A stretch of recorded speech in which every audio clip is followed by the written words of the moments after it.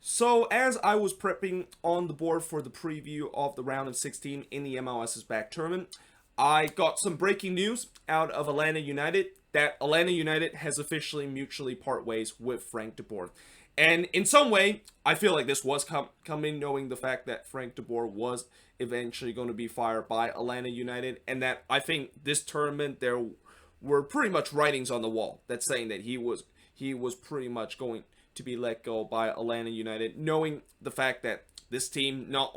only did not win a single game in this game, but they also scored no goals in this game. And who would have thought that coming into this tournament, Atlanta, we knew that they were going to be missing Joseph Martinez, and that was a big asset that they're missing. But we never thought that this Atlanta team would not only be a team that didn't get a single win in this game, but basically mathematically look like the worst team in the league and actually sit right at the bottom of the standings for this MLS's back tournament and winning the wooden spoon. But as much as I know, this tournament obviously shows signs that his time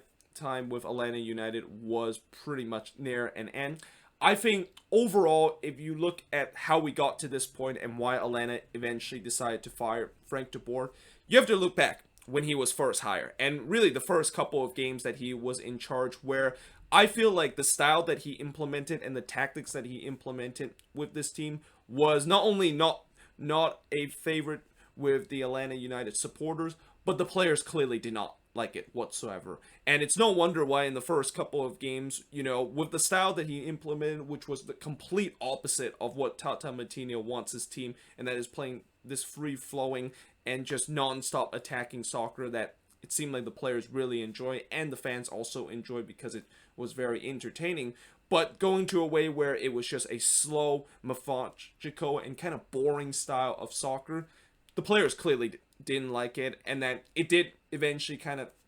took time for them to readjust and finally get things going. Now, that being said, even though eventually things kind of got going with this style that they of course are playing under Frank de Boer, there was also definitely some clashes between the players and Frank de Boer, and that you can clearly see that for these 1.5 year tenure under Frank de Boer with Atlanta United, there was definitely some locker room divide between him and the players. And we saw last year an example of it was when Pity Martinez obviously was benched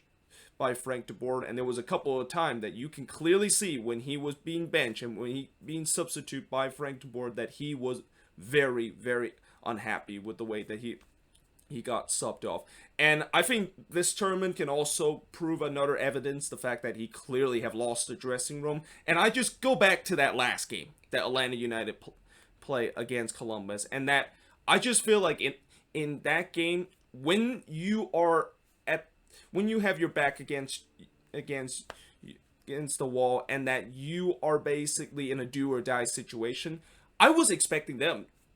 I was expecting Atlanta to really start to have a response and the players really go at it so that they can avoid elimination. But instead, all I saw with the players was just feel like they didn't really care anymore. And that in the second half, I thought eventually the players would get up to it and whatever Frank de Boer said in the locker room would spark the players. But it clearly didn't spark the players, and that they look exactly the same the way that they play in the first half. And at that point, I just had a feeling that, yeah, clearly Frank de Boer has lost this locker room, and clearly the players do not want him to be the coach of this team and almost feel like they're forcing him out after this disappointing performance that Atlanta has done throughout this tournament. So, with that being said, now Frank de Boer is no longer the head coach of Atlanta. It's going to be interesting to see what's going to happen going forward, and I feel like this is going to be the first time that Atlanta is going to be enduring a situation where every single club's going to have to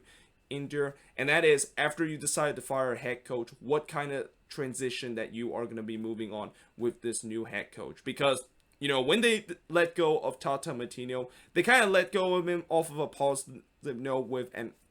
MLS Cup, and they didn't have to deal with this situation where, how are things going to be turned around after we let go of a head coach that clearly didn't work with our team. Now they have to deal with this situation. This is going to be interesting to see how it's going to be, and that it could really be a big turning point with this this club and in terms of this short history of this team, because I'm assuming the next head coach that they're bringing, they're gonna give him some very high priority, and that in general, I feel like this firing can also show that Atlanta United has a lot of high standard, and that if you do not meet the standards, and if you do not please the way that the players love to play under your style, or the way that the fans love the style you're playing, are expected to not last long with this club. But that being said, let me know in the comments below what do you think of this video, and let me know in the comments below who do you think could be potentially the next head coach of Atlanta United. But yeah, hope you guys enjoyed this video, and I will see you guys next time.